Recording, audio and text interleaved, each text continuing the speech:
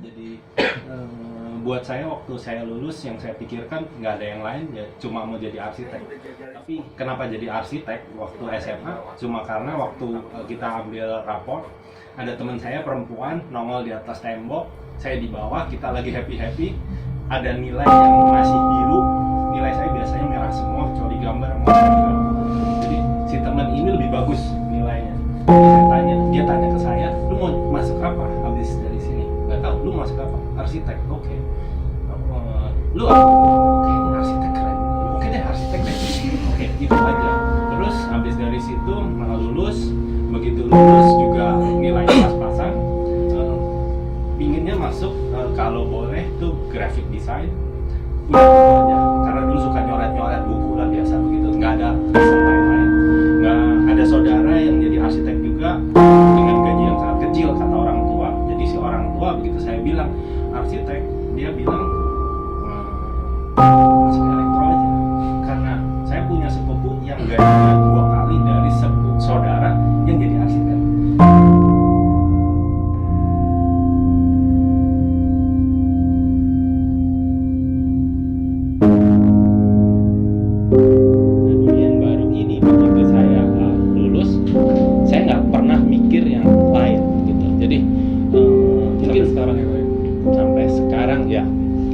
Mungkin begini, istri saya bilang otak saya ini kadang-kadang mungkin dia bilang otak kosong, karena saya kalau udah mikir yang ini saya nggak mikir yang kesini gitu. Nah itu kelemahannya jadinya.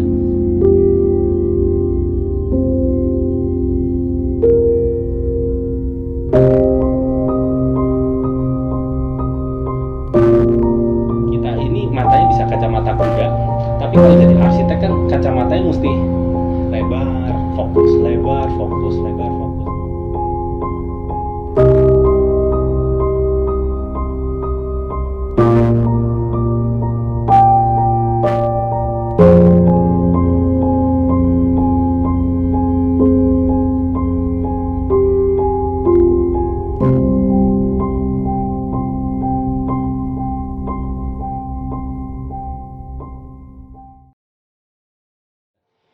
Kelemahan saya kalau udah begini, tapi ternyata begitu kerja, saya kerja di Hadi Prana. Hadi Prana itu kantornya dulu mungkin 100 sampai 150 orang, saya nggak tahu tahun 95. Studionya besar, arsitektur, interior, artwork, ada kontraktor, ada logistik, ada adminnya. Jadi kantornya besar sama kayak begini. Jadi bisa, kalau ini ada rumahnya Pak Bill Gates, kalau yang di sana tuh office. Jadi saya bisa kalau tugas saya selesai, saya bisa main kemana aja gitu. Nah, 3 mentor saya itu salah satunya adalah Andra Martin, satunya lagi Farid Masduki, ini dari Kusnadi. Andra Martin semuanya di sini tahu siapa. Memang dia dari dulu memang maunya nge-push orang bisa out of the box gitu. Jadi dia kasih brief gitu terus kasih kebebasan.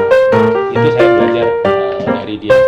Dari Farid saya belajar sketsa, meletakkan layout furniture yang buat saya tadinya kenapa mesti ada sofa, kenapa harus ada side table, kenapa ranjang harus digambar. Ternyata itu dikasih saya paling di bulan pertama, dan saya ngerti bahwa kalau saya nggak kuasai itu saya nggak bisa ngedesain bangunan, karena Hadi Prana tuh semuanya runtuh ada. Jadi saya di situ, kalau misalnya Pak Real Rich di sini punya library, punya studio, punya rumah, punya project, punya tim buildernya. Kalau tim yang ada di sini bisa pergi terus semuanya nih selama pekerjaan yang udah dikasih udah selesai, boleh ngeliat semua.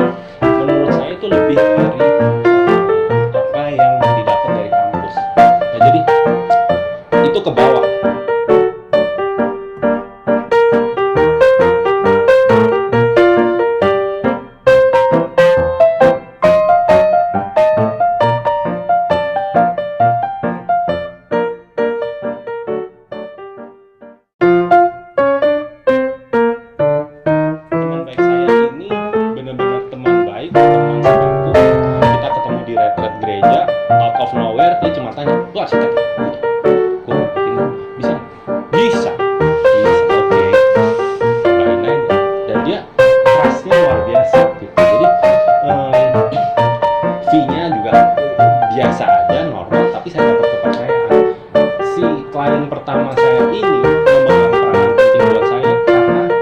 dia teman, saya jadi cukup tahu visi dan karakternya dia.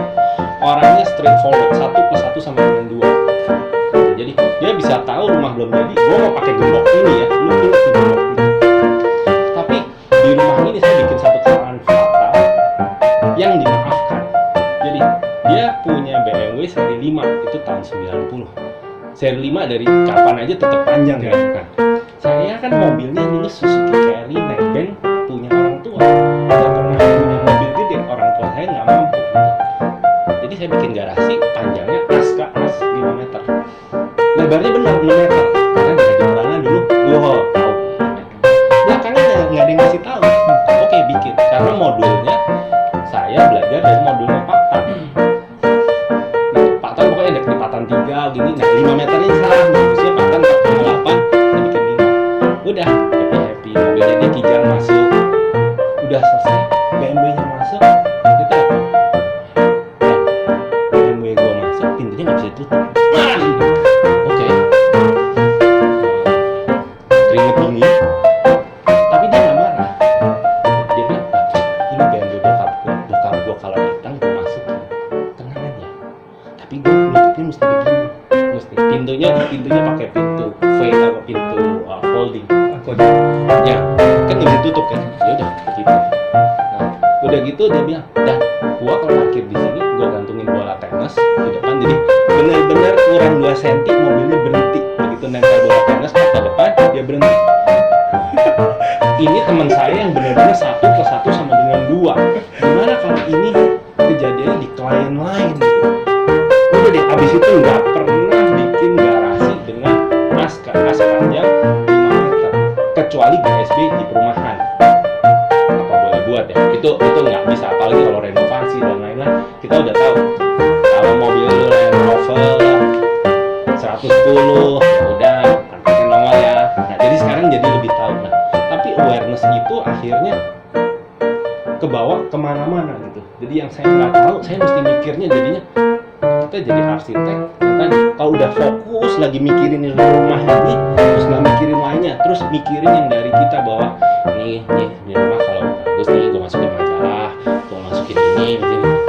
Sekarang bukannya sekarang, dari dulu saya nggak kepingin.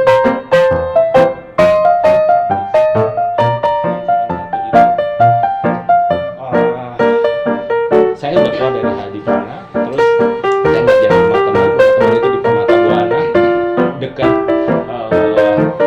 rumah library yang pertama di Jalan Buana Biru besarnya. Ada yang bentuknya kayak Pak Tan, 2 biji, jadi gede, kecil, itu mandornya jadi Pak Tan.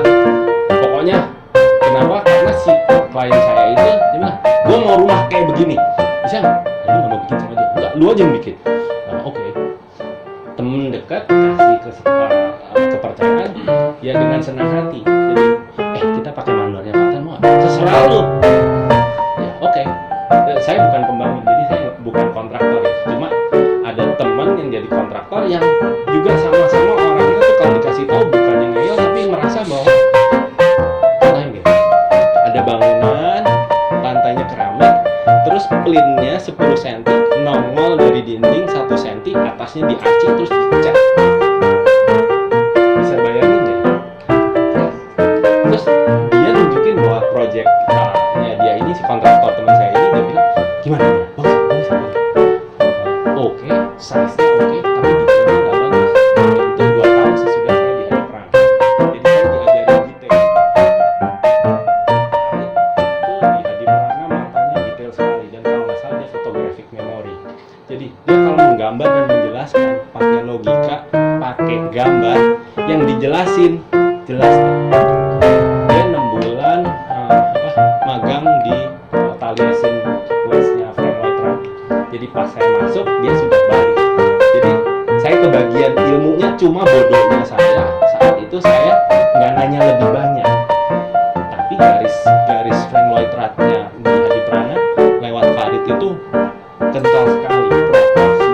Jadi kalau lihat bangunan yang didesain sama Farid itu beda banget sama Andra Matin proporsinya Andra Matin yang kontemporer, yang Farid elegan. Nah, saya dapat 2 mentor ini penting sekali jomplang abis. Yang satunya Andra Matin tuh itu istilahnya gini, ada yang kenal deket ya sama Andra Matin, maksudnya pernah ngobrol ya. Kalau misalnya kita ngomong soal desain, misalnya kita ngomong ini ada lemari yang di bawah AC ini ada yang nggak lempeng sedikit terus nggak di AC gitu. Kalau kita bilang ini udah desainnya bagus nih, misalnya ini keren banget, ada cuma begini turun gitu aja, oke, itu aku nggak setuju. Jadi dia nggak marah, tapi gesturnya Andra Matin tuh simplicity-nya jelas gitu. Jadi dia nggak ngomong, tapi saya ngomong sana kemari kalau aja matanya begini doang atau cuma nengok gini doang gitu. Jadi saya belajarnya seperti itu. Dari Farid saya diajarinya dengan garis tangan. Jadi kalau ini tidak cocok, dia ambil kertas dan dia nggak ngomong tapi dia gambarin mas, terus ada equal ngerti sendiri deh. Oh ya, oke, ini salah, ini mesti kesini. Jadi itu mentor yang tiap hari saya bisa tanya selama mereka nggak sibuk, mau tanya boleh. Dan saya nggak bisa lihat waktu nganggur di kantor. Jadi begitu nganggur dikit, project itu udah selesai. Ya, junior kan bebannya belum gila-gilaan. Jadi udah selesai. Lihat yang seniornya lagi kerja, samperin. Setiap orang gila sekali loh. Ada satu asistennya Andra Matin itu namanya Rajiman Rahman. Orangnya kayak mesin. Andra Matin bilang, "Man, sudutnya lu bikin dikit ya." Padahal gambar kerja udah ready. Sekarang misalnya bangunan ini aksesnya mau digeser 2 derajat gitu, gambar kerja udah jadi, besok harus dibawa meeting. Kalau kasih ke drafternya akan bilang apa? Keburu gitu. Tapi ini namanya Rajiman Rahman sama satu lagi Avianti Alman, Vivi. 2 orang ini membantu Andra Matin. Kalau ada yang digeser, nanti bisa kalau Vivi kita balokin lagi gini, besok selesai. Rajiman Rahman di sampingnya, man, terang nggak? Apa? Ya saya lemburin besok selesai. Jadi Andra Matin punya tim yang, nah saya lihat itu ada di depan saya sering. Ini ceritanya bukan soal itu aja, tapi konteksnya tentang sesuatu yang urgent, tapi Andra Matin punya ide. Nah, jadi timnya di belakang ini nyokong. Karena saya lihat itu, lain sama di kampus. Kalau di kampus ada tugas bareng-bareng, ada tugas personal. Kalau tugas personal ya semau-mau lah, lu mau nggak tidur kek, lu mau mati terserah lu gitu ya. Tapi kalau tugas berkelompok, lu kerja, lu kok nggak kerja? Yang ini pacaran doang nih, yang ini nggak pernah nongol kan? Ada yang model begitu kan? Tapi kalau begitu, saya masuk di hadiah lain, saya lihat itu, saya nggak kenal office politik. Jadi saya termasuk yang mungkin beruntung nggak pernah mengalami office politik, karena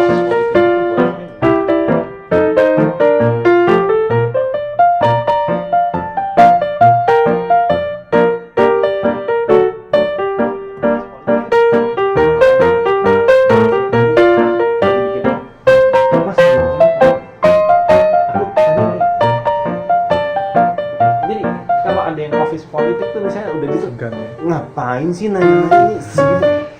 Saya duduk di sebelah yang namanya Pak Haryanto. Pak Haryanto itu hanya mendesain door saja. Jadi jendela, pintu, engsel, handle, door stopper, apa deh semuanya. Nah, pokoknya kenari jaya apa, mau apa tuh, apa aja gitu ya. Ditanyain, kayaknya sambil merem, ditanyain kalbunya segini, handlenya begini, pakai yang apa? Oh, merah ini aja, ini.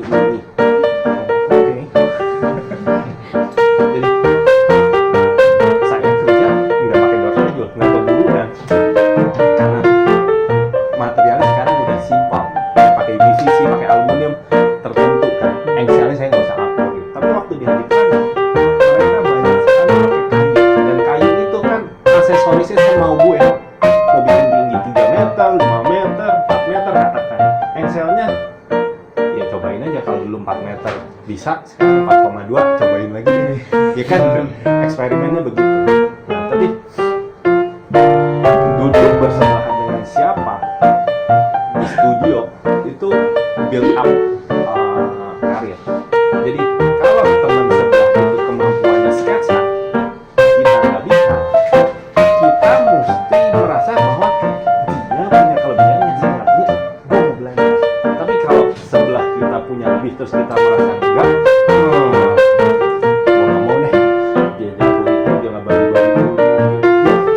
cari ilmu. Nah jadi saya bilang di studio saya, prinsipnya kita mesti cari ilmu sebanyak-banyaknya dari siapa. Jadi karena waktu di Hadiprana saya merasa saya dibebasin untuk nanya apa aja. Studio saya beres, saya bilang, Mas Ang, saya mau pulang sekaligus ke proyek ini, itu boleh? Boleh. Pergi langsung ke proyek. Sebelum ke proyek, pergi ke kontraktornya dulu, karena kontraktornya in-house. Pak, nanti sore saya mau ketemu ini, saya udah bikin sama Mas Ang buat proyeknya. Oh iya, oke, datang. Udah sampai sana, tanya lagi. Jadi nggak cuma begini, duduk. Enggak, kenapa ini gini. Jadi waktu saya mungkin 2 tahun, tapi saya dapetnya jauh lebih banyak dari yang saya dapat waktu di kampus 2 tahun. Itu dulu. Jadi, oke, di Hadiprana ceritanya selesai.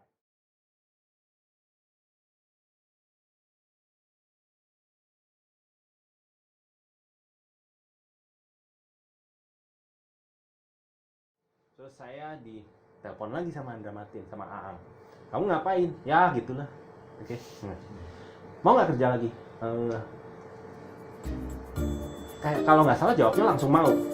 Mau kerja apa? Kan mestinya apa dulu baru mau gitu. Cuma karena menawarin Andra Martin kayaknya waktu jawabnya mau aja. Terus tapi di lapangan ya, dia mau. Karena saya tahu saya belum pernah ke lapangan. Dia pernah tapi nggak pernah stay di lapangan. Dan buat seorang arsitek, rendernya bagus, sekarang rendernya bagus, tulisannya bagus, garis tangannya bagus, sketsanya bagus, jago bikin maket, pinter ngomong, hebat deh, anak orang kaya deh. Ya kalau udah begitu kan untung banget kan. Tapi nggak pernah ke lapangan, itu bullshit. Maksudnya lebih baik kita nggak ngerti apa-apa tapi kita mau ke lapangan. Begitu ke lapangan, ngobrol lah sama yang namanya mandor, sama tukang, ngeliat apa aja yang ada di lapangan. Itu jadinya fulfilling. Jadi ilmu yang ada di kertas itu nggak ada yang ada di. Ada yang pernah diajarin nggak tarik benang sama ngelot di kampus nggak ada, kecuali dari STM kan. Makanya kalau anak yang dari STM masuk arsitek, logiknya jalan banget. Suruh ngelot pasti tahu yang namanya ngelot. Ya, arsitek disuruh ngelot, suruh tahu bahwa ruangan ini siku apa enggaknya mana tahu. Saya juga nggak tahu. Ya, jadi bullshit banget kalau niku aja nggak tahu terus bikin bangunannya ditekak-tekuk gitu, terus suruh jelasin ke tukang, ke kontraktor. Nah, baca aja nih gambarnya. Enak aja, tukang belum bisa baca gambar. Nah, jadi dengan kita banyak ke lapangan, akhirnya dapat sense ilmu yang nggak ada di mana aja selain di lapangan. Gitu. Saya dikasih tahu sama teman saya tadi tuh kontraktor yang pelinnya katanya dia bagus tuh padahal jelek. Saya pernah kayaknya disini-sini sama tukang gara-gara dia jadi pengawas. Waktu dia belum jadi kontraktor dia kerja di project itu sekarang kantornya Lion Air yang Gajah Mada Buk. Nah dia jadi pengawas dulu. Dia anak senior 4 tahun di atas saya. Jadi dia tahu bahwa kalau di lapangan ngomong tidak boleh pakai kaki. Ada ilmu itu nggak ada sih rasanya. Maksudnya nunjuk pakai kaki itu jadi misalnya kita begini gitu ya, lagi ngomong begini, kalau nunjuk atas gini kan begini kan. Kalau nunjuk di bawah, misalnya lu tukangnya nih, ini salah nih, no gitu. Maksudnya kalau mau bilang salah ngomong gini aja salah. Kalau tukangnya di bawah, kita di bawah, dia dengerin nih, Pak ininya jangan gini ya, ininya nanti gini aja, ini tarik. Jadi jangan begini, ini tarik ke sini, ini ya, ini gini ya. Kalau tidak memungkinkan pakai kaki apa boleh buat, semua orang nggak bisa duduk misalnya ya. Tapi dari situ saya lihat, oke, etik sama tukang. Kita nggak usah berbaik-baik teman-teman. Kamu sudah makan belum? Nggak perlu, tapi tukang tahu kalau tukang bekerja terus kita bongkar. Kira kita kalau kita punya gambar terus dibongkar. Saya lagi gambar si Rizky nih bos saya. Ini salah nih sini. Pak ini mau dipakai gini. nggak mau tahu. Nah, kira-kira bisa tahu nggak maksudnya itu adalah komunikasi. Nah, komunikasi di dalam lapangan saya belajar lagi.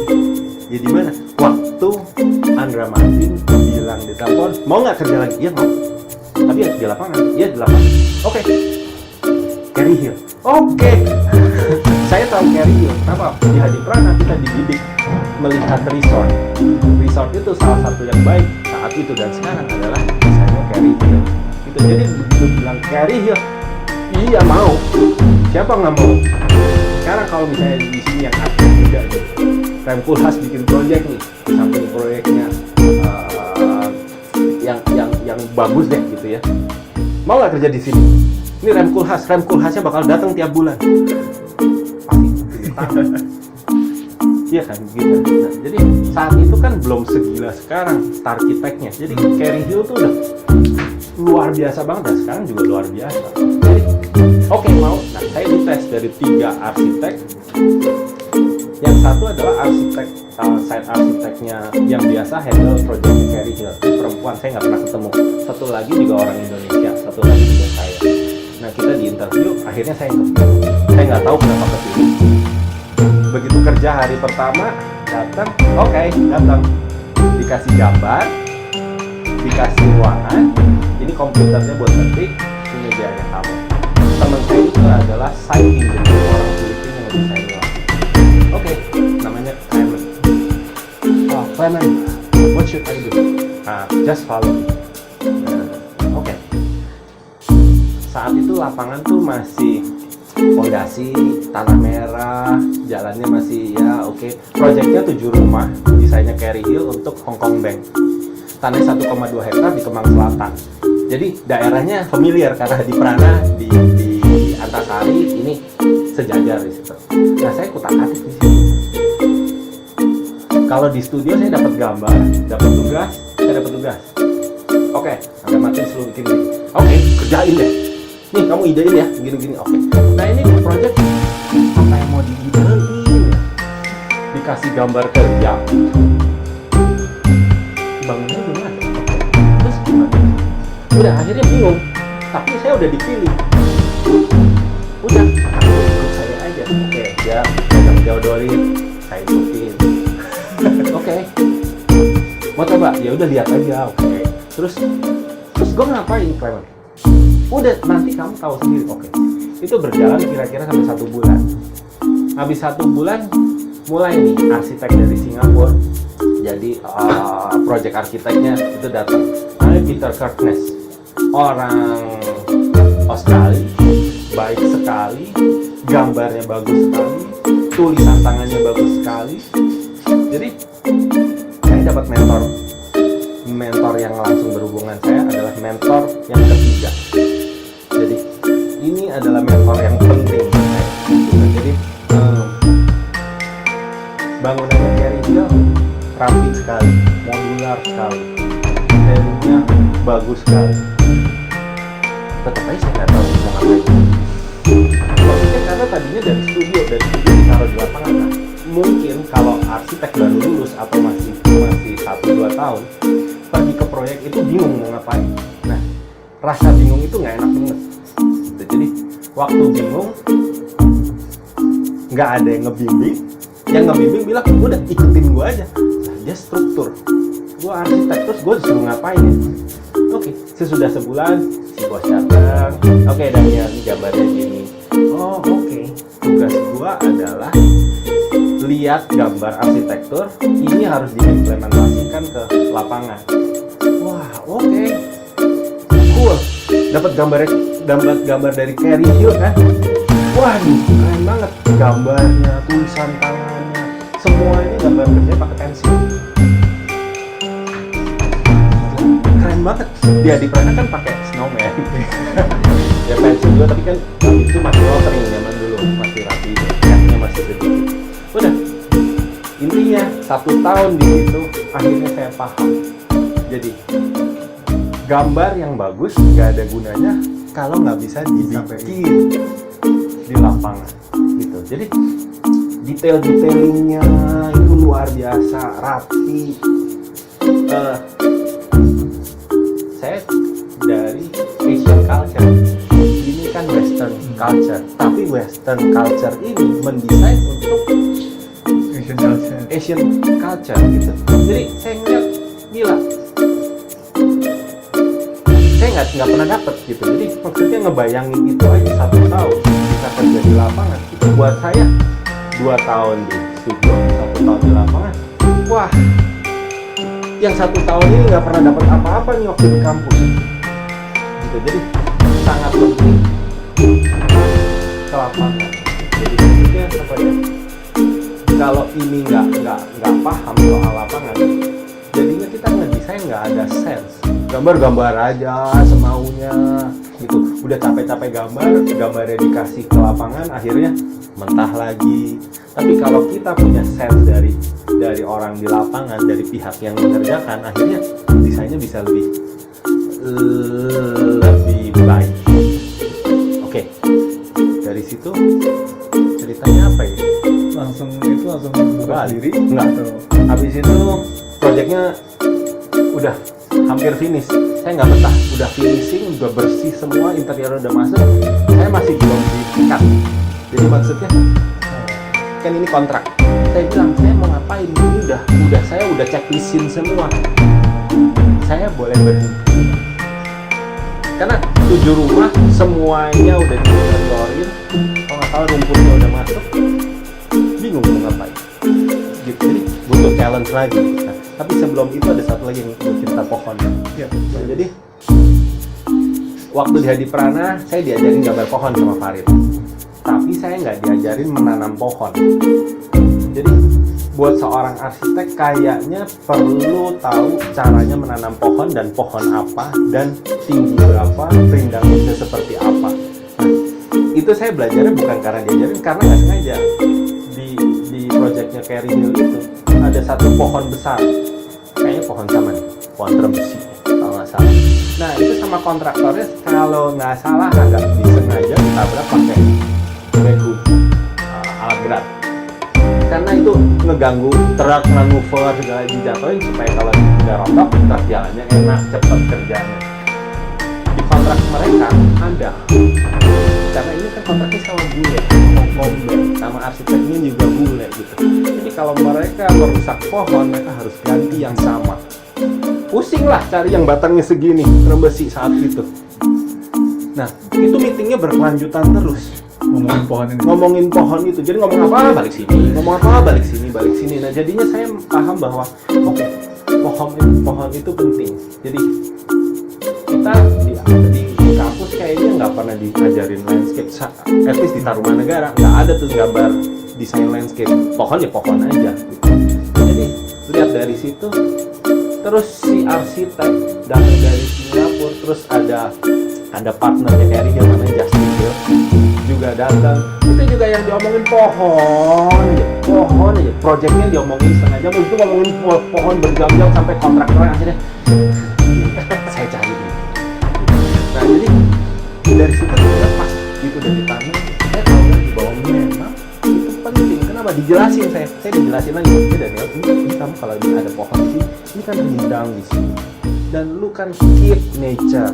Kita udah berantakin ini, nature-nya tinggal 2 aja, lu apa susahnya sih pohon cuma 2 aja, kenapa susah sih? Kenapa di-cut gitu. Nah jadi dari situ dapat ilmu lagi. Nah, dari situ cerita lagi. Saya selesai dari Carry Hill. Saya sempat kerja di Jeffrey Budiman 3 bulan karena Jeffrey Budiman adalah temannya Pak Yasin Kiat Karsido. Kiat Karsido itu local partner Carry Hill. Nah, saya ditawarin kerja di Jeffrey. Habis itu pas saya datang ke rumahnya, dia bawa pohon kamboja tinggi, 7 meter kan. Jadi itu saya, Pak, lu mau dapat tanam? Kesini. Tanam pohon kayak gitu ya. Kayak detail gitu. Iya, ini miringnya kesini aja. Oke. Dapat lagi. Ini mentor keempat. Gitu ya. Jadi saya agak beruntung dalam 3 tahun saya dapat 4 mentor, dan 4 mentor ini lain semuanya. Jeffrey Budiman adalah tipe orang yang kalau pergi keluar nggak mau lama-lama, tapi kalau keluar pulang bawa proyek baru maksudnya. Sampai sekarang saya, jadi kalau pergi pasti punya proyek baru, karena proyeknya banyak banget. Jadi saya ngelihat orang di depan mata saya yang seperti itu jadi ketemu kontraktor dia, tapi selalu balik-baliknya ketemu desainer, arsitek. Jadi kalau ditanya, Daniel lu mau nggak jadi kontraktor? Enggak. Uangnya juga. Jadi kontraktor bisa lebih percaya, harusnya ya, dibanding jadi arsitek. Jadi buat saya itu tidak menarik lagi. Dari dulu tidak tertarik jadi kontraktor karena saya orangnya unorganized. Kalau jadi kontraktor unorganized, habis ya. Iya, gitu. Oke. Habis itu apa lagi? Kayaknya menarik. Habis itu kayaknya ada pengalaman bikin rumah ya di Bali. Ya. Mungkin itu bisa jadi kayak premis bagus buat yang searching for perfect home itu. Oke. Jadi habis dari JJ kerja cuma 3 bulan.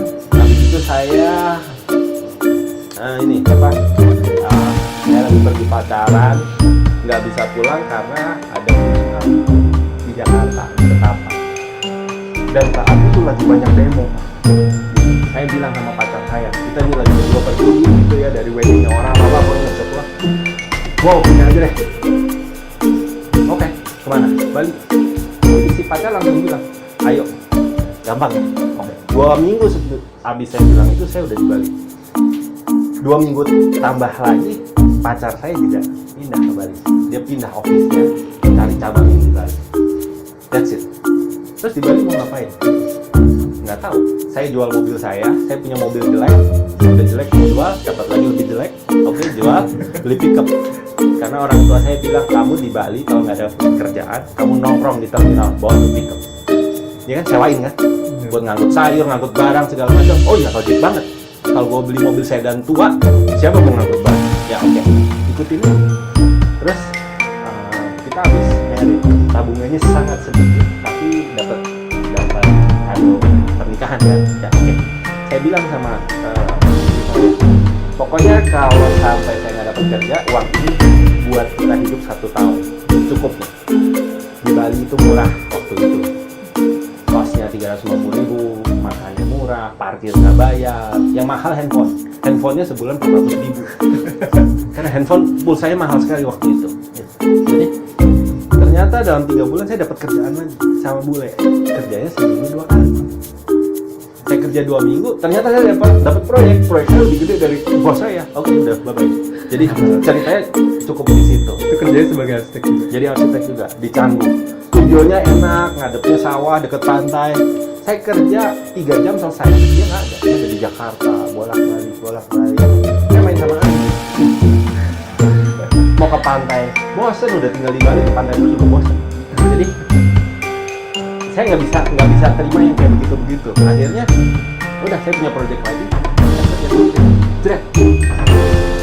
Nggak tahu kenapa ya begitu aja deh. Nanti saya bilang sama temen yang kontraktor, kasih gue project deh, gue buktikan gue bisa bikinin bangunan ini. Saya ngomongnya serius gitu, padahal portfolio cuma rumah teman satu, sama kerja di Hadi Prana, sama di JJ, sama Carey Hill ya. Tapi Carey Hill kan bukan portfolio, ya cuma pengalaman gitu. Tapi si teman ini juga orangnya, teman ini adalah teman yang plannya jelek tadi. Oh, masih dia lagi balik lagi gitu. Jadi punya hubungan yang baik dengan teman kontraktor itu penting buat orang arsitek. Bukan untuk uang ya, tapi untuk knowledge sama ya itu hubungan baik. Bisa tukeran nantinya. Akhirnya kita bisa tukeran project. Saya dapat project yang bagus, dia dapat project saya yang ringan. Nah, itu kalau untuk orang freelance penting, jadi yang freelance. Ya, karena orang yang freelance itu cenderung kepalanya kemana-mana.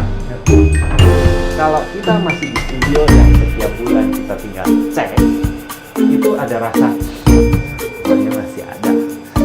Tapi kalau kalian hidupnya by the edge, hidupnya di sini terus, sedikit aja jatuh, pastikan kamu lebih hati-hati. Kita kalau di jembatan yang lebarnya ini 3 meter sama jembatan yang lebarnya 30 cm, jalannya hati-hati di mana? yang 30 cm. Nah, bikin hidup yang seperti ini terus. Nah, saya coba itu 11 tahun. Jadi saya coba bikin studio sendiri, punya kekaguman sama Pak Tan. Pak Tan kan kerja sendiri dari 1-2 drafter, Glenn Market, terus 7 tahun belakangan ada Kevin Rock gitu. Jadi saya selalu suka lihat kalau arsitek bekerja yang memang dia bekerja sendiri. Jadi orang ini mau ditaruh di mana aja, nggak pegang komputer, tapi dia pegang pensil atau dia pegang apa aja lah, dia bisa jelasin ke orang yang bikin, bangunannya bisa jadi. Buat saya itu menyenangkan banget. Jadi pada dasarnya saya nggak suka punya lingkungan environment yang besar, karena kalau besar saya jadi nggak personal kayak mereka nih. Jadi karena studionya kecil, saya bilang pokoknya kalau ada apa ngomong, ini nggak ada office politiknya. Begitu ada office politik, ngomong di sini akibatnya begini, ini akibatnya begini. Nggak usah pakai begitu. Lu bikinnya nggak bagus, kenapa? Ini. Tapi bukan bilang, lu bikin nggak bagus, lu cari yang bagus. Aduh, capek deh. Berarti si studio ini sebenarnya awalnya mulai di Bali. Di Bali kita makan. Karena logikanya cuma begitu aja. Saya punya project, akhirnya dapat dikenalin teman, dapat project di Bali. Nah, uangnya banyakkan sedikit, pindah kontrak. Di kontrakan itu, kontrakannya juga nggak bagus, tapi kamarnya agak banyak. Terus saya partnering sama temen. Karena ini ada orang di Bandung punya tanah 8.000 meter, bikin rumah, kamarnya 1. Nah, jadi kita bikinin maketnya gede banget, pakai karton, skala 150, kita bikin 1 minggu gitu. Habis itu bingung, ini gimana cara kirimnya? Karena maketnya nggak bisa keluar dari rumah. Gitu. Dan ini saya ngontrak rumah di BTN. Di sini kalau saya sebut perumahan BTN, apa konotasinya? Jelek kan? Memang jelek sih. 4 juta 1 tahun gitu ya. Jadi saya sangat ingat dengan pengeluaran saya yang begitu-begitu. Kenapa? Karena uang saya sedikit. Jadi ngeluarin uang, saya mesti gain something gitu. Jadi kalau saya nggak gain something, matilah saya. Saya udah menikah, saya belum punya anak. Dan saya masih diberkati lagi karena istri saya kerja. Dan tipe istri saya adalah tipe istri yang nggak nagging. Jadi, lu kerjain, gua kerjain. Kita udah dewasa, udah nggak pusing. Ada masalah, omongin. Jadi gampang banget gitu. Jadi buat saya tuh, kalau dia ada masalah, dia ngomong. Kalau saya ada masalah, saya ngomong gitu. Jadi, hidup saya jadi arsitek, buat saya menyenangkan sekali sampai tahap itu. Karena nggak ada yang bisa komplain soal pekerjaan saya. Saya udah di Bali, orang tua kan udah di Jakarta. Siapa mau komplain? Kalau orang tua datang ke Bali juga pasti happy kan, gitu. Jadi saya build up environment buat diri saya yang buat saya happy, istri saya happy. Jalanin. Itu aja. Jadi kalau kita ngedesain environmentnya tidak happy, kalau boleh dibersihin sedikit supaya happy. Kenapa? Apa yang kita dapat dari lingkungan itu nanti sampai ke klien. Kalau misal lingkungan kita kelilingnya nih panas terus nih, kita waktu ngomong ke klien takutnya nanti panas juga. Tapi karena saya ada di Bali, klien ada di Bandung, ada di Jakarta. Kalau saya datang ke Jakarta, ini orang Balinya datang. Aduh, saya orang Jakarta, bukan orang Bali. Jadi saya dikenal sebagai orang Bali pada saat itu. Saya bilang, saya bukan orang Bali, saya orang Jakarta. Tapi konotasinya kalau ketemu si Daniel, ini datangnya cuma 2 hari, dia dari Bali. Jadi waktu saya berharga. Padahal saya nothing. Jadi itu ada. Jadi kalau kalian punya keuntungan tentang identitas, pakai. Ya, jadi maksudnya kalau udah dikasih bonus, ini kelebihannya anak ini dari Bali nih. Oke. Terus tambahin lagi, sore saya balik loh Pak. Oh iya, lebih buru-buru lagi ngomongnya. Nah, kalau kerja sendiri, hal yang seperti itu penting. Jadi jangan udah datang terus tunggu. Jangan kejar aja maunya apa. Kita mau meeting kan? Meetingnya apa? 1, 2, 3. Ayo beresin. Jadi klien akan lihat gesture itu. Nah jadi karena kerja sendiri, waktu berharga, jadi kita lebih appreciate sama waktu. Jadi karena appreciate sama waktu, gimana ngomongnya ya? Si kliennya lihat gitu. Jadi kalau saya bikin janji, saya maunya selalu ditepati. Saya kalau saya nggak bisa tepati, saya mesti kasih tahu dulu orang yang saya bikin janji itu. Nah, jadi gesture itu kelihatan even kalau orang itu akhirnya nggak jadi klien gitu. Jadi kita kan kalau di kampus kan lembur, begadang gitu ya, begadang gitu. Saya coba waktu saya bekerja sendiri, saya tidak begadang. Mungkin 1 minggu 7 hari saya punya waktu 3-4 hari untuk bermain. 3 hari saya bekerja, selebihnya semau gua gitu ya. Nah, 11 tahun saya lakukan seperti itu. Jadi saya selalu bilang, jadi kalau ada klien yang nanya udah jadi klien udah cukup, ya OB-nya saya, messengernya saya, yang fotokopi saya, yang kirim dokumen saya, mau ngapain juga saya. Ternyata buat saya menarik gitu. Terus tahun 99 saya dapat bukunya Glenn Markat di toko buku di Gramedia.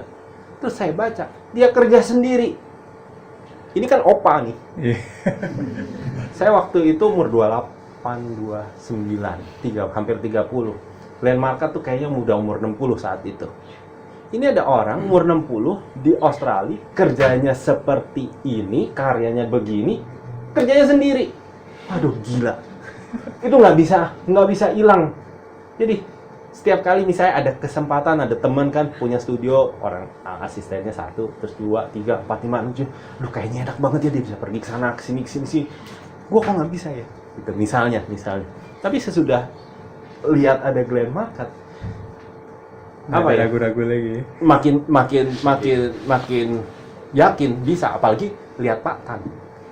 Gitu. Saya pernah ke rumahnya Pak Tan waktu di Hadiprana. Teman-teman peer saya di Hadiprana itu teman baiknya Lemmy, Tanti Klam semua, karena satu angkatan. Jadi, makanya yang saya bilang, kalau kita bisa di-surround sama orang-orang yang bisa bikin energi kita bagus, itu sangat bagus. Jadi, itu ada Pak Real Rich. Kalau bisa nempel sama dia, tiap hari tempelin aja itu. Kalian udah lihat ada orang yang perform, terus jangan dijauhin gitu. Bener. Ya, jadi maksudnya ini para volunteer nih sebenarnya very lucky gitu ya. Karena udah ada di sini, tapi kalau ada Pak Real Rich, ya jangan cuma Pak. Jangan tempelin aja. Kan freelance kan. Pak, asistensi saya bayarin makan. Good gesture. Saya kasih kue, Pak. Saya kasih Coca-Cola. Enggak, itu gesture. Ya. Dari situ kan, ya dia bawain gue kue kesukaan gue, ya lu mau tanya apa, banyakan dikit. Nah, tapi surrounded dengan orang yang bikin energi kita bagus, itu adalah cara cara memilih jalan hidup kita. Jadi kalau kita orangnya modelnya yang maunya berantem terus, dicari itu lawannya. Mungkin kita makin jago berantemnya, walaupun iya kan, kalau orang yang street fighter dia berantem terus kan jago kan, ya auranya begitu terus, bener, tapi ya bisa jago bisa mati ya. Tapi kalau kita jadi arsitek surround sama orang seperti itu, tapi jangan terus disurround banyak terus kita bingung, oke, terus gue mau jadi yang mana? Pilih satu aja, jangan banyak. Kalau mau jadi korporat, jadi korporat. Kalau mau jadi kontraktor, jadi kontraktor. Kalau mau jadi supplier, nggak apa-apa. Mau jadi seniman, jadi seniman. Jadi arsitek, interior. Jadi saya ngelihatnya itu. Jadi dulu masih mikir kalau proyeknya habis, nggak ada proyek lain, makannya gimana ya? Oke. Nah, kalau Tuhan kasih burung aja makanan. Masa orang nggak dikasih makanan? Iya. Selama kita berusaha, burung kan cari makan, dia berusaha, dia nggak di dalam sarang, terus dia nunggu ibunya udah nggak ada, terus ada cacing lewat sendiri, itu kan enggak. Dia pasti terbang carilah kemana kek. Kalau sampai dia nggak dapat makan, akhirnya dia yang dimakan, apa boleh buat. Nanti toh kita juga begitu ya sudah, saya terima aja. Jadi di Bali berapa lama Pak? 4. Di situ Soba House itu ada di timing mana Pak? Oh. Di rumah yang Jadi pengalaman penting. Nah, di tengah kali ya. Ini ya. Ya. Oke, udah cerita ini aja ya. Boleh. Oke.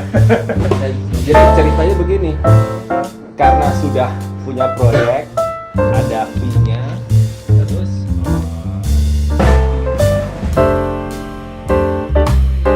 saat itu udah pasti saya turun lagi diajarin Anda Matin desain rumahnya kliennya dengan gaya Tadao Ando versi over proportion saat itu. Sekarang kan dia kecil, dulu malah gede karena di kantor dikontrol strukturnya, nggak bisa main dikecilin. Ada yang komen, direksinya komen.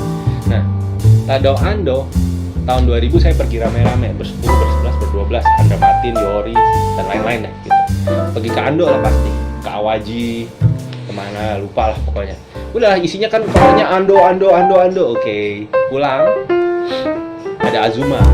Azuma adalah yang paling praktikal dan paling bisa dibangun menurut saya karena cuma kotak, ada jembatan, udah beres.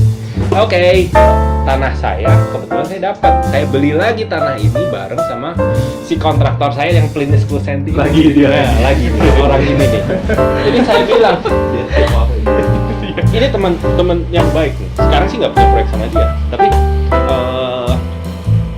Pak Cito, aku mau beli tanah. Uangku 50 juta. Oh ya, tanahnya mana? Sini. Oke, besarnya segini. Butuh uang berapa? 100.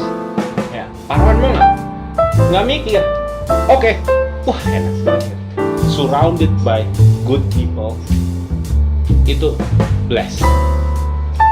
Ya, jadi bukan karena kita kaya, itu kita diberkati, tapi disurround sama orang-orang yang diberkati juga, kita ketularan gitu. Ya, jadi kamu pokoknya deket-deket Mario Ritz pasti ketularan berkatnya. Nah, itu salah satunya yang udah kelihatan kan begitu. Ya, oke. Nah, ini dari Azuma. Oke, dari sini. Nggak mungkin bikin Azuma. Masa tampaknya bener-bener persis kayak begitu? Nggak deh. Lagian beton, nggak punya duit. Akhirnya bikin ini. Bikin rumah ini 5 bulan. Uangnya habis. Ngutang sama kontraktornya teman saya yang itu lagi. Ya. Jadi begitu uangnya udah mau habis, sedikit lagi itu baru dak lantai kedua yang atas belum ketutup. Ini rumah tapi buat sendiri ya, Pak? Buat sendiri. Jadi saya bilang sama teman saya itu, uang gua habis. Jadi gua stop sampai di sini aja, sampai di level yang ya pokoknya lantai 2 selesai deh, rumah nggak jadi. Dia bilang, karena kita bangun rumah berbarengan kiri dan kanan, strukturnya sama, dia bilang nggak bisa, kita selesain aja. Coba kamu bantu. Yang paling atas. Oke. Jadi kalau saya tinggalin rumah itu yang atas ini nggak ada. Sementara sebelah sini ada teman saya, strukturnya juga sama. Saya desain dan dia juga mau simple, samain aja strukturnya supaya cepet, tripleknya pindahinnya cepet, pakai triplek bekas semua, pokoknya cepet. Oke, gua ngutang ya. Oke.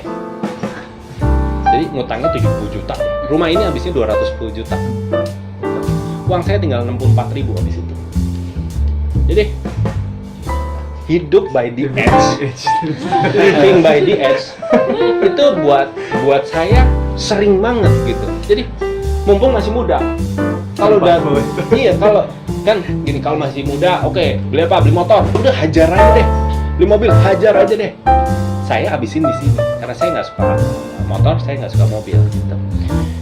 Dan saya termasuk orang yang beruntung dapat utang dan saya bisa bayar utang itu dalam 3 bulan. Diberkati lagi. Jadi saya pokoknya rekening saya tuh nggak pernah naik, bisa naik, tapi saya habisinnya di tempat yang seperti ini. Jadi kalau arsitek kayak Pak Rilwitz nih misalnya, investmentnya di architecture itu karena kita kan arsitek, mau invest apa? Architecture. Tadi saya diajak lihat itu Batcave-nya gila. Gila banget.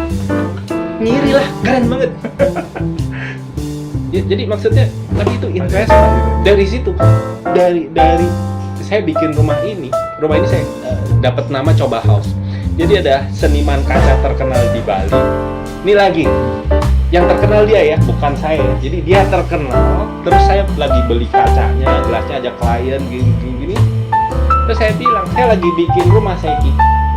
Di mana? Di Ketewel. Oh iya, rumah apa? Rumah eksperimen buat percobaan. Oh, ini orang Jepang yang nggak bisa ngomong Inggris. Kacau lah. Oh, coba. Iya, Coba House. Oke, namanya keren. Oke, kasih nama Coba House. Nah, oke. Dan ternyata benar. Jadi kalau dulu waktu kuliah kita bilang bangunan eksperimental, bla bla bla bla bla. Saya sih nggak ngerti itu eksperimental. Maksudnya, oh kalau yang lain bikinnya lurus, ini miring.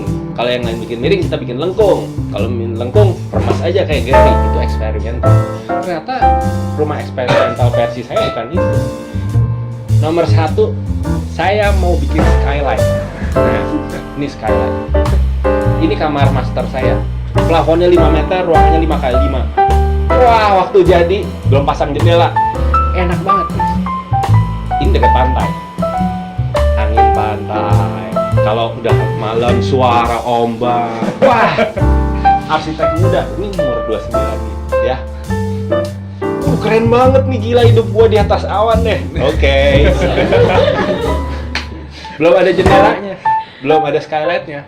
Bayangan masukan, waduh andol banget nih. Oke.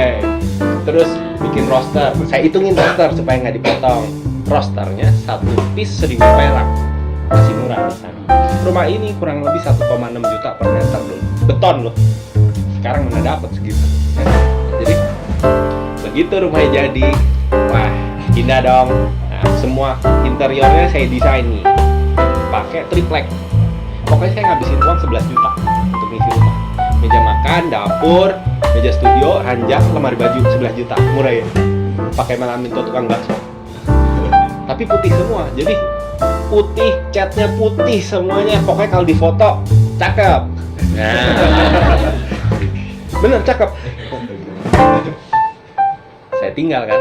Oke. Ini kamarnya nih. Ini belakangnya, sini ada wastafel, ini his, ini hers, ini kamar mandi. Kamar mandi kalau saya mandi lihat ke atas, langit biru. Aduh. Balik lagi, uang nggak ada, tapi architecture kita dapat gitu ya. Nah, udah nih tidur, ya. Skylight kan? Oke. Tidur pertama, besok pagi mau bangun siang kan? Nggak bisa. Skylightnya masuk di dalam. Oke, ya gue tahu skylight penting, yang nggak penting. Oke, itu kita cobain. Oke, selalu lihat dari positive side. Berarti kita mesti bangun pagi. Oke. Gak bisa salahin matahari ya? Iya nggak bisa salahin ya. Oke. Terus, jangan itu dulu. Jangan gitu mulai. Masih. Nah, terus habis itu mulai hujan. Hujan, skylightnya bukan pakai kaca. Ini kan ada. Ini kaca atau plexiglass? Plexiglass. Ya, ini ya. Saya punya pakai polikarbonat yang twin light tuh. Nah, terus hujan. Bukan kretek-kretek lagi. Jadi saya di kiri, istri di kanan. Jadi hujan besar, saya mau ngomong di ranjang, nggak bisa ngomong, suaranya kenceng banget, gila. Terus si istri saya bilang, ini kenapa kenceng banget ya? Oh, iya soalnya uangnya nggak ada beli kaca, jadinya pakai itu. Oke, itu belum apa-apa. Habis itu nggak lama, bocor sambungan polikarbonat. Oke, 2. Nah, habis itu kalau hujan airnya masuk ke bawah sini rel. Karena pintu ini harganya 4,5 juta satu set. Jadi Aluminium saya ya? aluminium. Saya invest ini, saya inget hampir 20 juta 1, 2, 3, 4. Tapi keren banget kalau dipoto.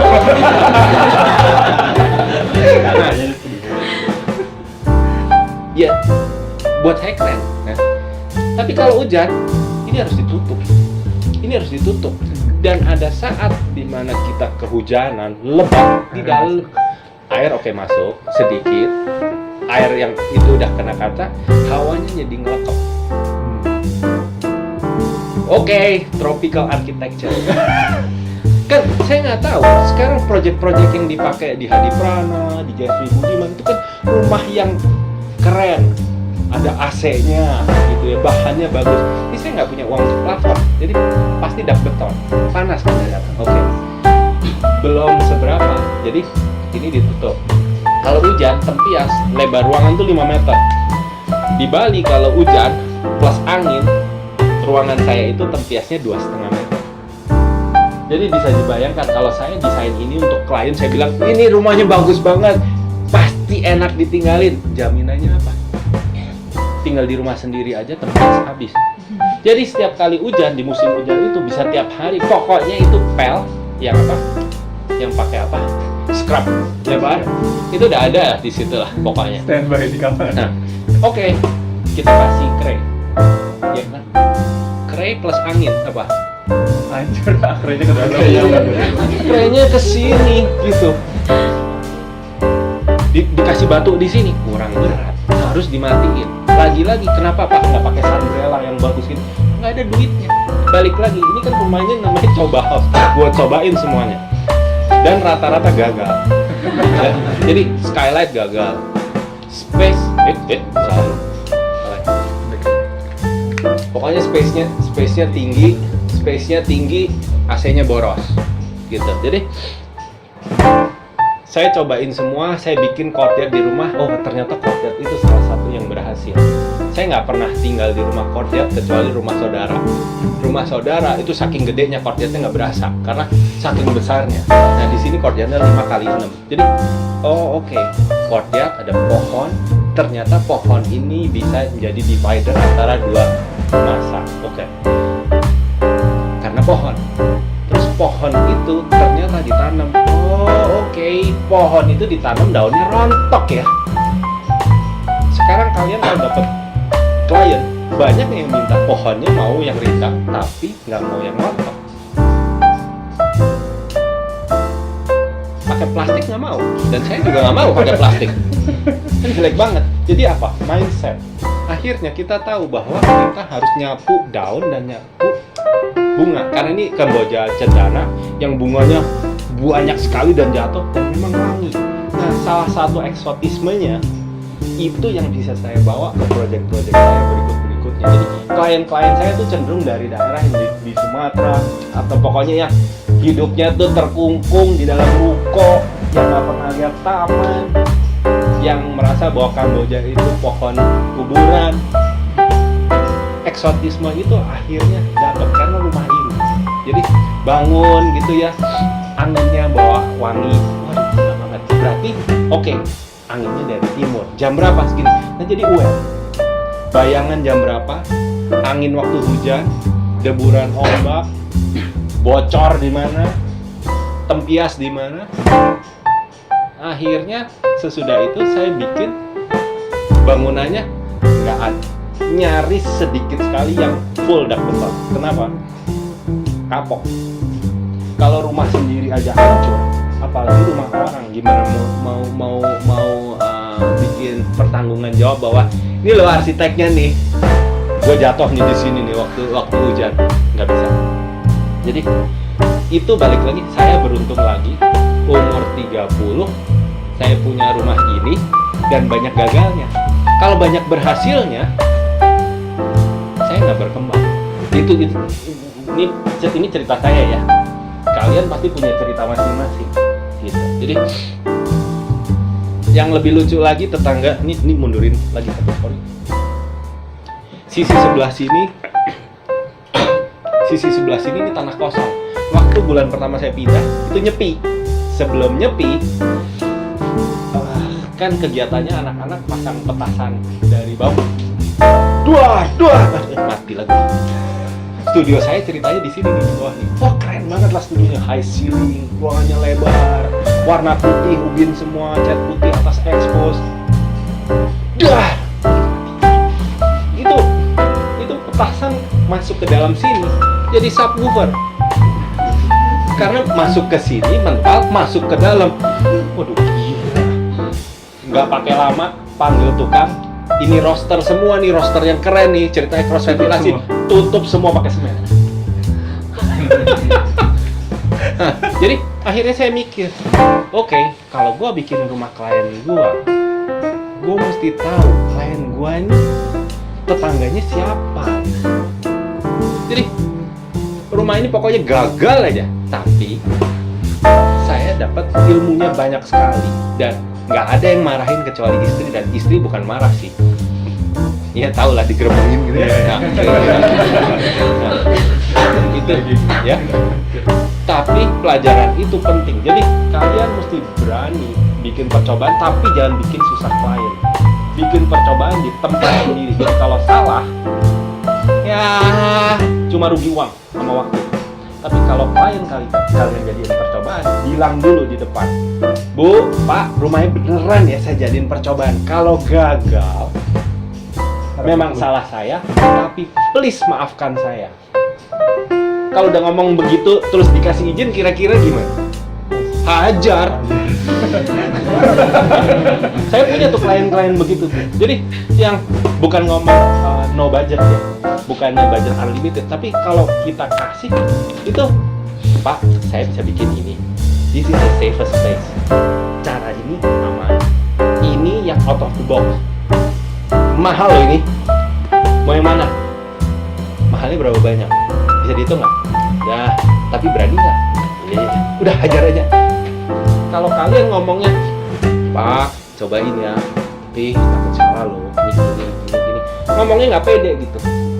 Kalau mau bikin percobaan mesti pede, jangan tanggung-tanggung. Kenapa? Kalau mau malu sekalian. Tapi kita bilang dulu dari depan bahwa ini chance gagalnya ada. Ya itu salah satu. Living by the edge itu penting gitu ya. Tapi juga mesti surrounded by good people, sama mesti nurture yang namanya being blessed. Kalau saya dapat rumah ini bocor semua, tempias semua, tetap I feel so blessed. Ya, satisfaction-nya tuh berproses gitu. Jadi rumah ini sih nothing deh sekarang. Kosong, berantakan gitu. Oh, udah nggak ada. Tapi masih ada, tapi nggak masih ada. Jadi buat saya ini penting gitu. Jadi apakah rumah ini nyaman? Enggak. Keren buat saya dulu iya. Sekarang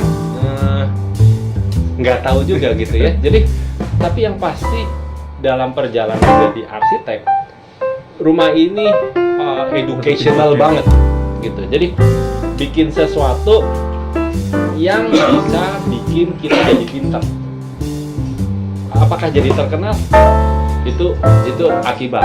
Nah, tapi yang penting udah keluar uang, jangan playing safe. Hajar aja semaunya rumah sendiri. Makanya kalau rumah kliennya mesti diajak gimana caranya supaya dia mindsetnya sama seperti kita. Gitu. Ya, oke. Abis itu ya. Mungkin boleh lanjutin cerita ini, Pak, kehidupan di studio Calcapnya. Ya ini bangunannya enggak, jalanin aja. Nah ini modelnya, ini ekstrimnya nih. Ini jadi overhang paling panjang yang pernah saya bikin. Dicoba house nggak ada overhang.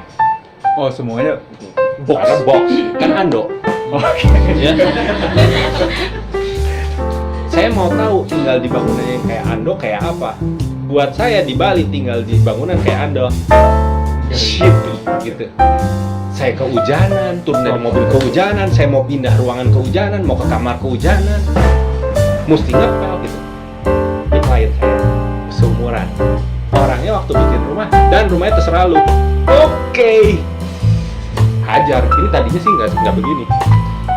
Sebenarnya waktu terserah saya, ini ada kolam renang di sini di lantai 2, tiangnya 1 di bawah, bawahnya buat meditasi. Kan terserah. Jadi saya maunya dia yoga gitu ya, dijatuhin air terjun. Ternyata begitu jadi, dan pendekan nih, bini gua nggak demen gini. Ya udah deh, nggak suka. Oke. Dan kamar gua pindahin deh ke atas gini. Ya udah, gua bongkar ya. Kolam renang 500 juta dibongkar. Oh, tadi udah ada. Udah. Jadi di sini ada kolam renang panjang. Salah. Mana lagi? Mungkin kalau ini sih sebenarnya pakai ini aja pointernya. Kalau next bisa dibantu lebih. Oke. Ya udah. ya ini jadinya yin yangnya dari si coba house. Jadi saking berasanya bahwa tempias itu nggak enak, terus keluar ini dan next aja udah jalan. Kira-kira yang ini baru jadi. Ini di finish. Ya, Oh gitu. yang duri. Nah ini juga masih ada tapi overhangnya. Gitu, ini masih ada overhangnya. Masih belum tega untuk bikin gundul lagi karena saya tahu gundul itu Banyak risknya. banyak.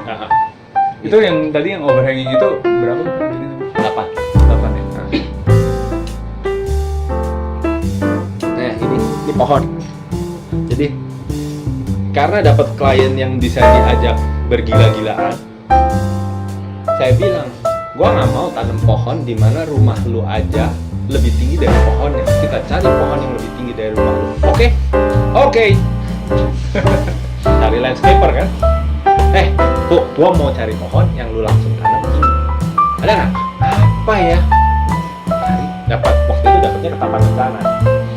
Ini panjangnya 15 meter ya, ukurannya dari truk itu deh, gitu ya. Jadi hari itu kita pasang 5 pohon, tetangganya pergi pagi ke kantor, pohonnya pendek, pulang pohonnya tinggi. Ini kalau 10 tahun sebelumnya saya tidak ketemu JJ pasang pohon Kamboja, saya tidak lihat di proyeknya Carry Hill ditabrak pakai backhoe di pohon besar, mungkin saya nggak nanam pohon. Awareness-nya nggak ada ya. Iya, gitu. Jadi ini ngadep ke barat gitu. Jadi nggak bisa lah saya kasih screen begini, gitu. Saya mesti kasih pohon. Dan pohon ini dulu satunya 5 juta. 5 juta kali 5, uang klien 25 juta, dapat pohon 15 meter. Nothing. Beli jam aja berapa? Makan aja berapa? Duduk di bisnis kelas berapa? Nah, kalian mesti nyamain persepsi kalian sama klien. Kalau kliennya bukan tipe itu, ya kalian mesti samain. Nah, ini yang seperti ini ya hajar aja. Oke. Terus ya ini landscape-nya dan ini juga karena bersinggungan sama Carry Hill, bersinggungan tinggal di Bali. Itu bersinggungan juga punya teman landscaper yang dapatnya dari klien juga. Jadi begitu landscaper ini orangnya enak, saya tanya aja banyak-banyak. Dia mau ngajarin. Jadi arsitek nggak boleh nggak kenal pohon di desain saya gitu. Jadi ya begini deh. Oke, ini studionya. Studio ini baru dibikin tahun 2011, bukan dibikin, baru dipakai. Tadinya ini gudang buat sepeda, buat mainan. Sesudah 11 tahun saya kerja sendiri, di tahun ke-12 ada yang ngebantuin saya. Jadi ini meja saya, meja asisten saya ada yang sana. Oke, terusin. Namanya Arya dari UKDW. Nah, terus saya mau punya anak. Kita bikin di sini, anak saya di sini, kamar saya di sini. Sampai anak saya bisa jalan, umur 2 saya pindah rumah lagi. Jadi saya total udah 11 atau 12 kali pindah. Jadi dengan berpindah-pindah buat saya, hearing saya lebih baik secara space. Jadi saya baru tahu sesudah tinggal di apartemen di lantai 15 bahwa suara bajai di bawah lebih kencang di atas daripada di bawah gitu. Sementara orang awam kalau beli di atas aja tenang, ternyata tidak. Nah, saya baru tahu. Dan suara di apartemen di Singapura sama di Jakarta bedanya bumi langit. Kalau di Singapura nggak ada knalpot dibuka, nggak ada semuanya cuma suara ban. Paling motor aja suara bass gitu. Nah kalau di Jakarta semua bunyi. Ini tek-tek aja kedengeran dari 15. Nah, ya, itu buat saya penting karena waktu dicoba saya dapat audio lesson dari mercon anak-anak itu ya? pasang mercon gitu. Saya dapat sense of smell di Bali. Kenapa? Di Bali itu kayak Sesajen. banyak sajen. Sajen itu kan wangi. Nah di rumah ada pohon. Terus teman orang Bali, waduh ke pasar segala, familiar dengan sense of smell gitu. Jadi buat saya itu menarik di situ. Oke. Terus habis itu sense of scale. Waktu saya pindah ke Jakarta ceritanya, karena proyeknya banyak di Jakarta sama di Sumatera. Jadi saya tinggalin coba house, nebeng di mertua, tidur bisa di lantai, pakai kasur gulung. Dan saya tidak melihat hierarki bahwa orang itu harus gengsi. Saya gitu. Jadi saya nggak minta kamar sendiri. Nggak. Jadi istri saya di atas karena ranjangnya nggak cukup. Saya di bawah. Gitu. Jadi di bawah itu kasur gulung. Gitu. Tapi buat saya balik lagi, oke, di bawah ini adem. Gitu. Lantainya terasa. Oke. Jadi pokoknya nggak ada ruginya aja. Jadi dapat apa aja buat saya merasa untung terus gitu. Jadi kalau kita jadi arsitek selalu misalnya, aduh dapat klien udah dikit lagi nggak dibayar, misalnya, udah mau finish nggak dibayar, aduh minta desain begini, aduh dibelokin sama kontraktornya, aduh listnya minta 2 cm dibikinnya 5 cm. Tapi kalau kita cuma ngedumel doang, bilang bahwa ini nggak bagus, akhirnya kita tidak appreciate sama apa yang kita dapat. Mungkin dia bikin itu 5 cm, tapi oh pasang keramiknya rapi. Oke. Kumpulin aja. Jadi yang bagus-bagus. Kalau kita kumpulin yang bagus-bagus, nggak tahu kenapa nanti jalannya tuh ketemunya yang bagus-bagus. Paling nggak buat saya. Gitu. Ini ketemu 2 orang ini nih, nggak sengaja nih. Gitu. Saya ketemu klien juga nggak sengaja. Ya, jadi nggak bisa dipredik. Makanya kalau jadi arsitek sih mau kaya sih jangan ya. Maksudnya jangan berharap jadi kaya, tapi kalau jadi well informed pasti, karena surrounded by good people yang sekarang tukang deh. Ini sekarang tukang di atas panggil satu di sini, kita interview deh, kita langsung pintar. Prinsipnya cuma begitu aja. Kalau Pak Ariel Richnya pergi, kita cari wakilnya. Wakilnya pergi, kita cari asistennya lagi. Dia pergi, ada siapa di rumah? Ada siapa di proyek? Nah, itu prinsip saya. Jadi kalau di proyek Pimpronya nggak ada, pelaksananya nggak ada mandornya nggak ada tukang. Tanya tukangnya, pokoknya nggak mau rugi, apalagi kalau sama klien. Jadi saya kalau mau ketemu klien 2-3 jam pertama ngobrolnya kayak begini. Gitu. Jadi saya bilang saya perlu 2-3 jam. Kalau nggak punya ya sorry, nggak bisa ngobrol. Habis itu nggak jadi, no problem. Setiap saya ketemu klien itu kasih saya ilmu baru. Yang ini keluarganya A, yang ini bisnisnya B, ini C. Ini 3-tiganya nggak jadi klien, saya dapat ilmu baru. Nah jadi buat saya cara belajar saya itu juga udah nurun tuh ke studio ya sekarang. Nggak tahu deh. Jadi ini kantor bapaknya sekarang ya berarti ya? Ini yang sekarang ya. Ya jadi unitnya itu aja dulu di atas. Ini 3x4, yang ini 3x6, ini 3x3.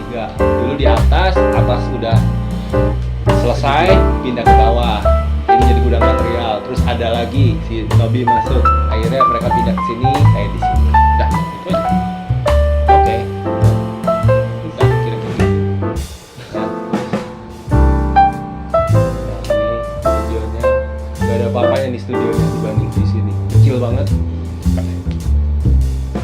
Boleh ceritain nggak sih Pak, kenapa esensial banget market, sketsa gitu? Itu kan sebenarnya walaupun ini hal yang sangat wajar di arsitektur gitu ya, tapi sekarang bisa dibahas karena adanya teknologi kan udah mulai overwhelm banget kan. Jadi mungkin boleh dikasih insight kenapa masih keep konservatif ya, tanda kutip ya. Oke. Kalau sketsa dari dulu gitu ya. Kalau market karena ada yang masuk yang mau bikinin market. Oh, dulu sendiri itu. Waktu dulu sendiri kita saya bikin marketnya sesudah selesai. Gambar kerja selesai, saya bikin. Kenapa? Oke, itu ada biaya. Ada cost gitu ya. Terus nggak ada orang yang bikin. Jadi seperti yang tadi saya bilang, surround by good people. Nah, sekarang kalau saya tuh termasuk orang yang bisa kalau dikasih pensilnya segini, saya pakainya segini aja. Saya nggak minta yang segini. Kalau ada pensil yang segini, saya segini. Ada pensilnya 10, saya pakai 10. Saya dikasih 1, saya pakai 1. Nah, jadi kebetulan ada yang ngebantuin. Saya tanya, bisa bikin market nggak? Oke, beliin dulu kan bahannya. Oke, lihat aja. Bisa. Oke, timingin. Dan yang bikin mesti mau. Kalau yang bikin ngedumel, saya juga nggak akan gitu. Karena saya gini, pokoknya something good pasti ada di setiap orang. Jadi saya selalu lihat itu. Jadi dari siapa aja, dari klien, dari kontraktor, dari tukang. Jadi kita mesti bisa tahu bahwa senjatanya A, B, C, D. Yang A bisanya A, jangan disuruh bikin yang ini. Tapi kalau orang ini mau belajar, saya ajarin. Gitu. Studio saya sangat-sangat kecil, proyeknya dikit. Kalau ditanya kenapa market, ya karena dia mau bikin, simpel aja. Dan sesudah dibikin, kita ketagihan.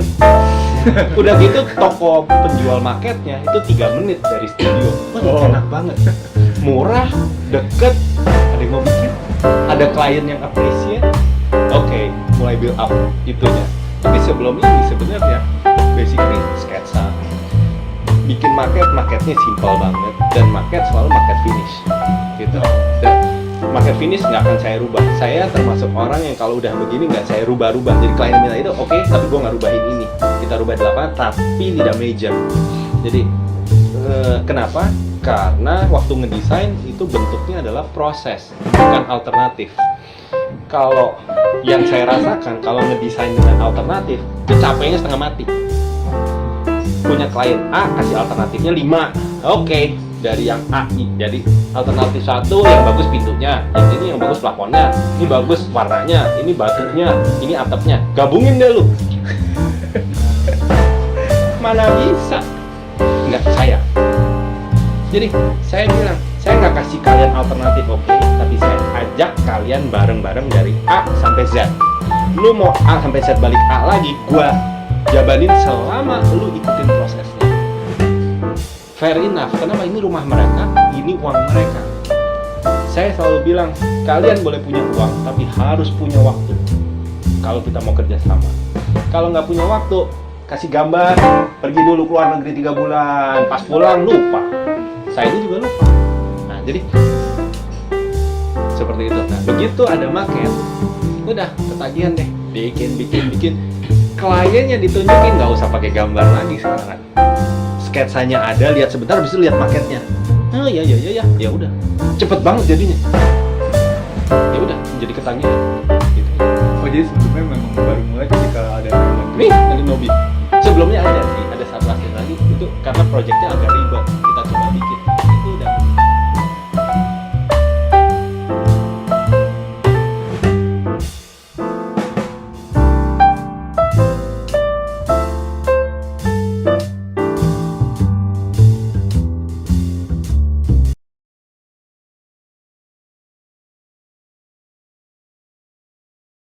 Saya sudah jajalin semua.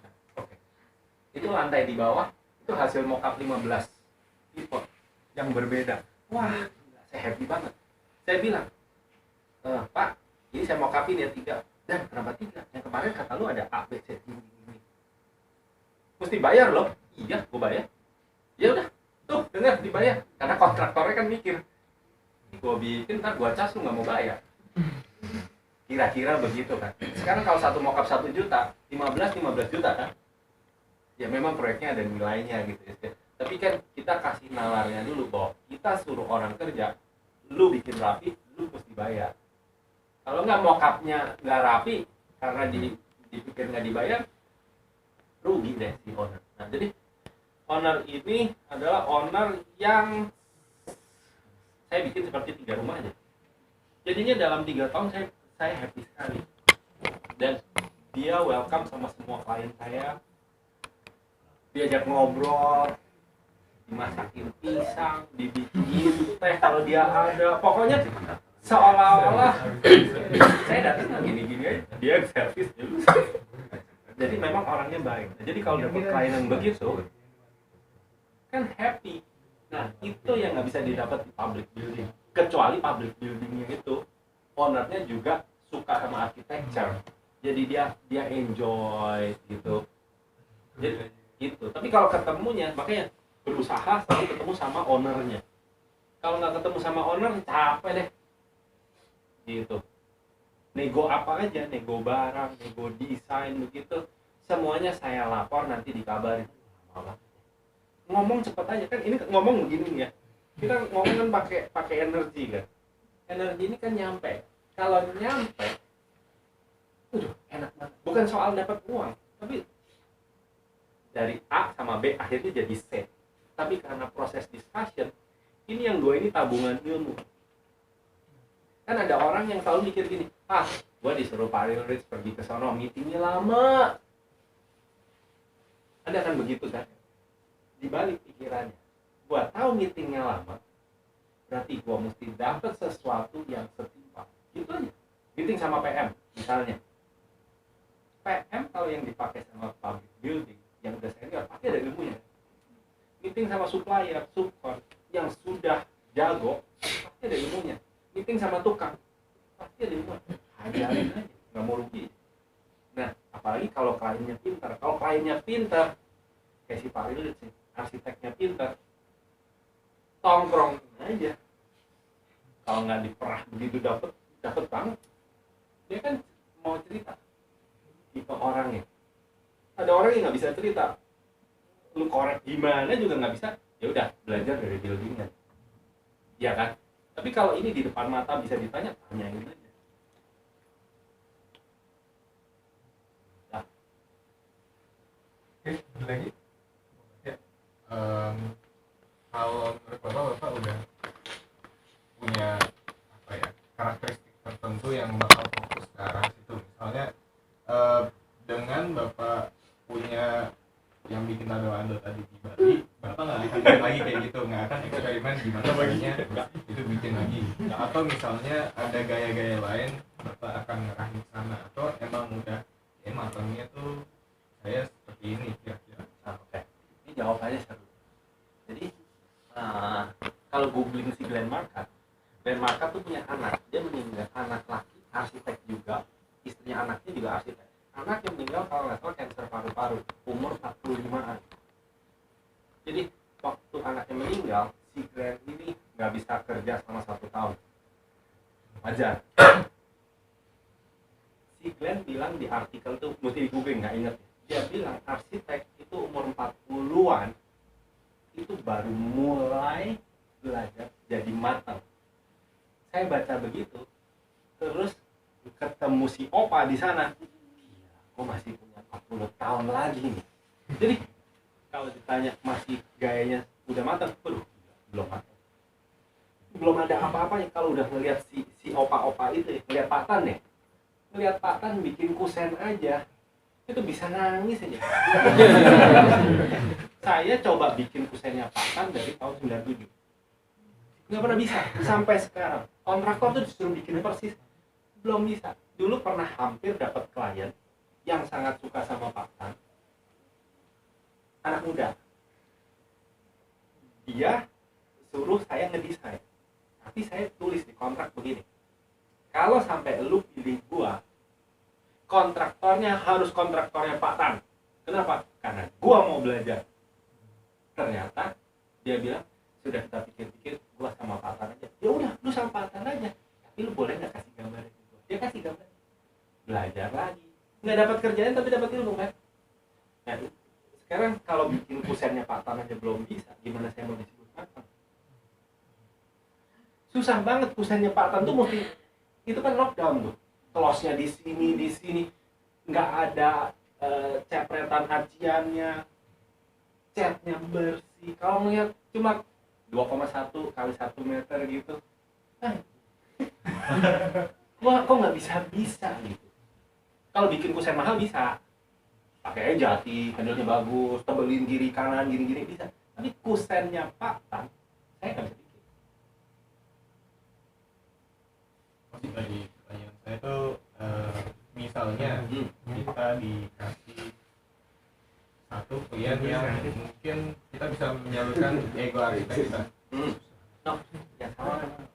Misalnya satu yang bisa nyalurin teknik kliennya, maksudnya dikasih desain yang kita coba eksperimen. Apa aja dia mau.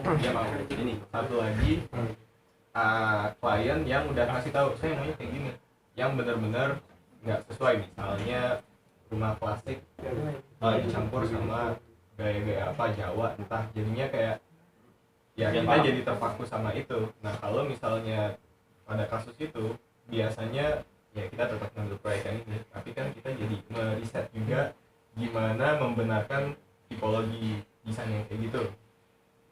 Misalnya anggaplah desain itu bisa dicari yang benar, Klasiknya misalnya gitu ya. klasiknya yang sesuai lah.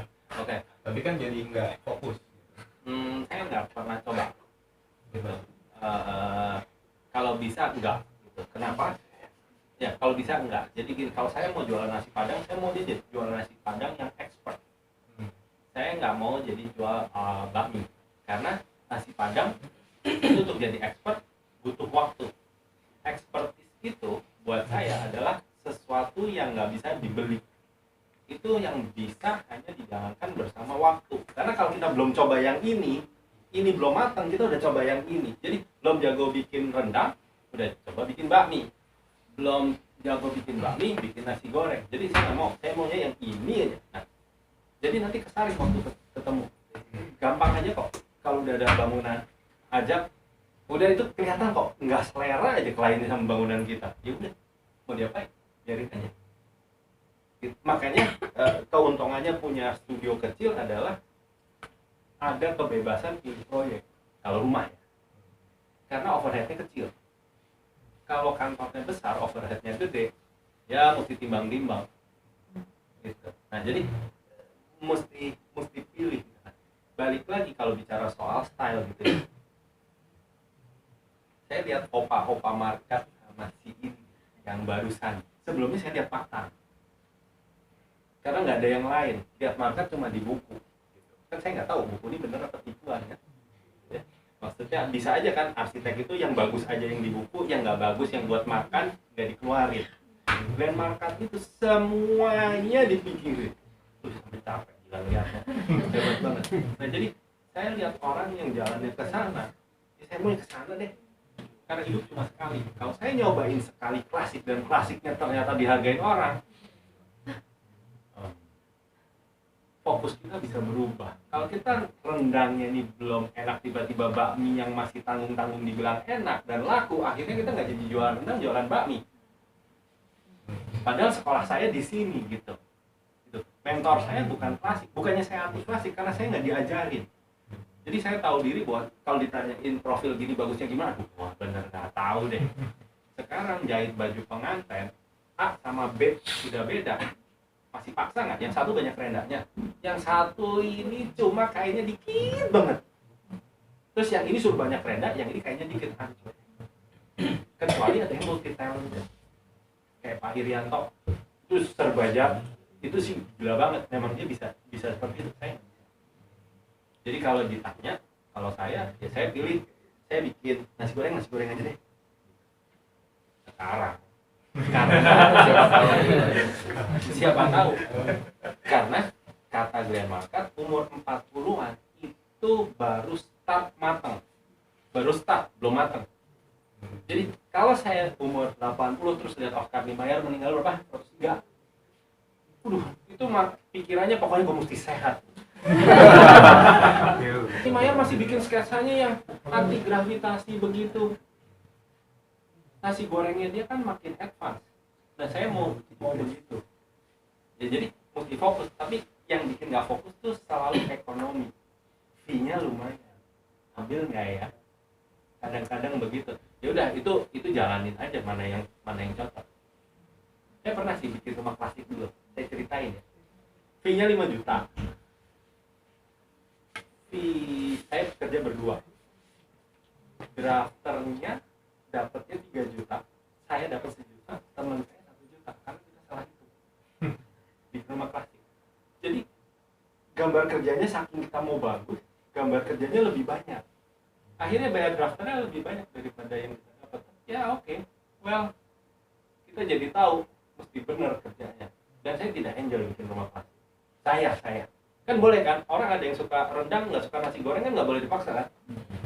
Saya juga bilang ke klien, kalau sukanya klasik, bikin sama PAI, bikin sama Irianto, bikin sama Mimi yang memang jago. Jangan yang tanggung-tanggung. Lu punya duit kenapa lu coba-coba sih? Ya, udah tahu ayam goreng yang A enak, lu coba yang C ini. Abis ini lu ngomel-ngomel. Ya salah siapa? Salah yang nyoba kan. Kalau udah tahu ini enak, ini aja. Gitu. Jadi kecuali kita mau ambil semua ya jalannya fokusnya sebarin aja nggak apa-apa. Oh di studio yang ini jago klasik, ini jadi tropical, ini modern. Nggak apa-apa, kan orang boleh-boleh aja. Restoran kan ada yang Chinese food campur Indonesian, boleh aja. kedepannya ada kayak visi tertentu nggak, misalnya mau bikin formula arsitektur tropis, atau maksudnya sumbang si bapak buat bikin, nggak usah seberat itu kan, maksudnya kayak sejauh apa ini mau dikembangkan, lagi ngarahin riset bapak ke arah mana?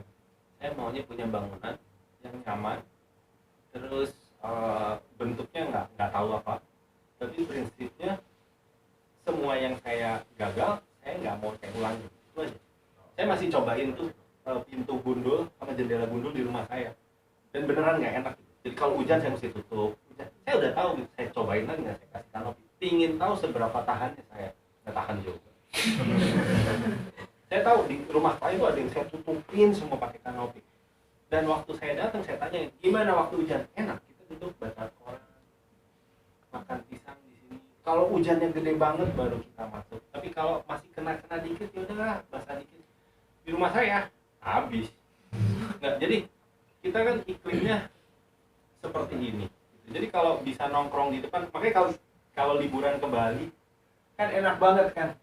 Di sini kan tempat kayak begitu susah. Gitu. Nah, jadi hawa-hawa yang begitu ya mesti dimasukin. Bule-bule aja senang, apalagi orang sendiri malah senengnya ditutupin semua. Gitu. Nah, itu yang saya mau bawa klien-klien. Kalau bentuk saya nggak tahu. Soalnya setiap klien bentuknya akhirnya keluarnya lain-lain sendiri. Karena fungsi duluan. Gitu. Oke, baik.